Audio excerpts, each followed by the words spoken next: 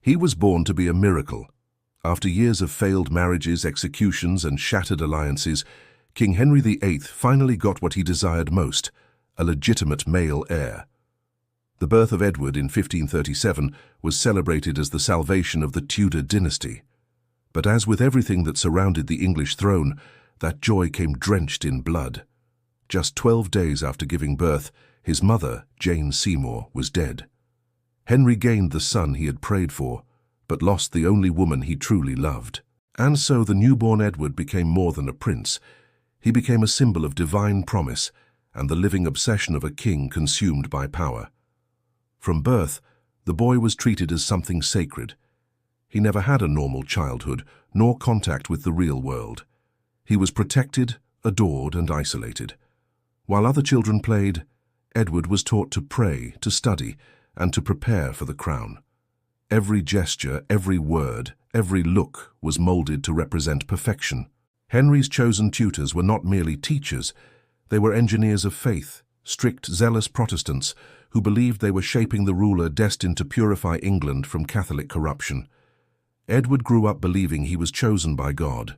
Each day reinforced his divine purpose, his superiority, his absolute authority. He wasn't raised to understand his people, he was trained to rule over them.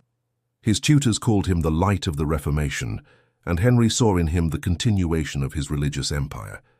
He was a boy of brilliant intellect, yet emotionally hollow, surrounded by flattery, deprived of genuine affection. From an early age, Edward learned to associate compassion with weakness.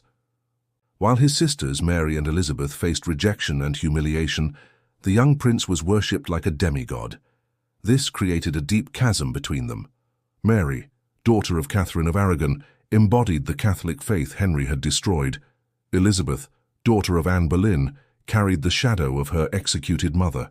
But Edward, he was the perfect child, living proof that the king had been blessed by heaven. The result was inevitable.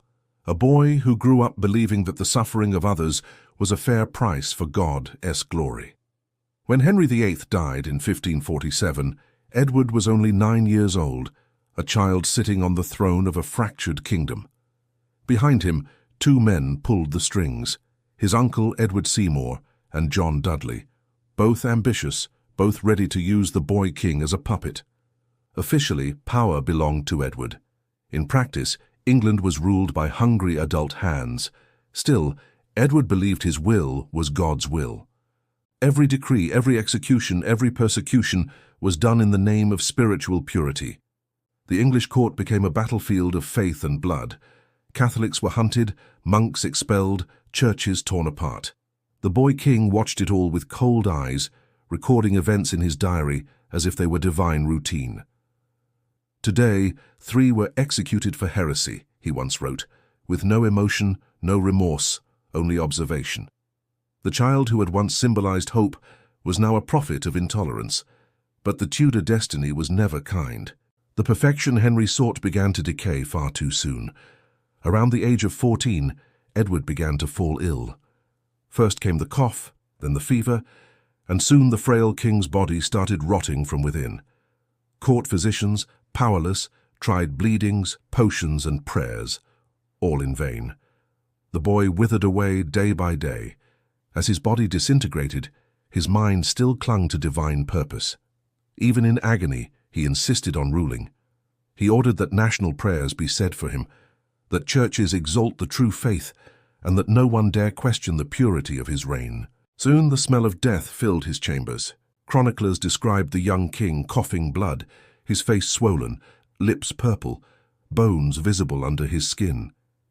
Each breath was a muffled groan, but he never begged for mercy. There was no room for humanity in someone who believed he was chosen. Instead, he prayed for strength to remain faithful until the end. In a final act of cruel irony, Edward used his last days to erase any chance of a Catholic successor. He declared that his Protestant cousin, Lady Jane Grey, should inherit the throne, not his half-sister Mary. It was his last act of control, his final breath of arrogance. By June 1553, the disease had won. Physicians called it tuberculosis, but reports tell a far darker story. His body decayed from the inside out. His lungs filled with pus, his skin turned green, and the stench from his room was unbearable. Still, the courtiers called him His Divine Majesty, too afraid to show horror, fearing it would be seen as blasphemy. On the morning of July 6, 1553, Edward VI took his final breath. Some said his last words were a prayer.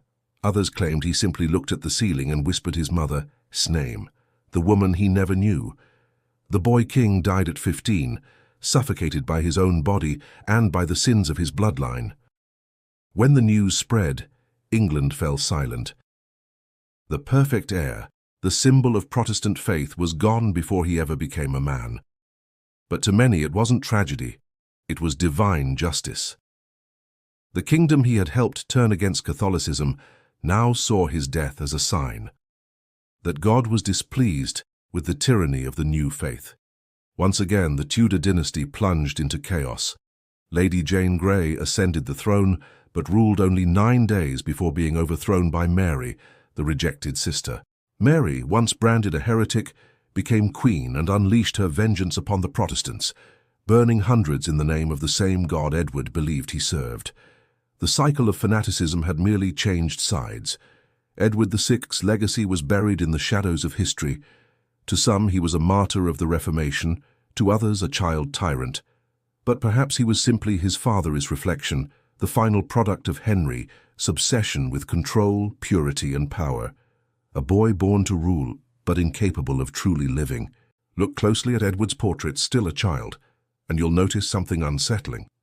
His gaze isn't innocent, it's calculating. There's something cold there, a maturity far beyond his years. The gaze of someone molded since birth, to believe he had the right to decide who deserved to live or die. And maybe that's why his own death was so slow, so cruel, so symbolic. History never forgives those born from promises written in blood. Edward was meant to be God's answer, but became only another echo of the Tudor curse. His decaying body was buried in Westminster Abbey, among kings and queens who also knew the madness of power.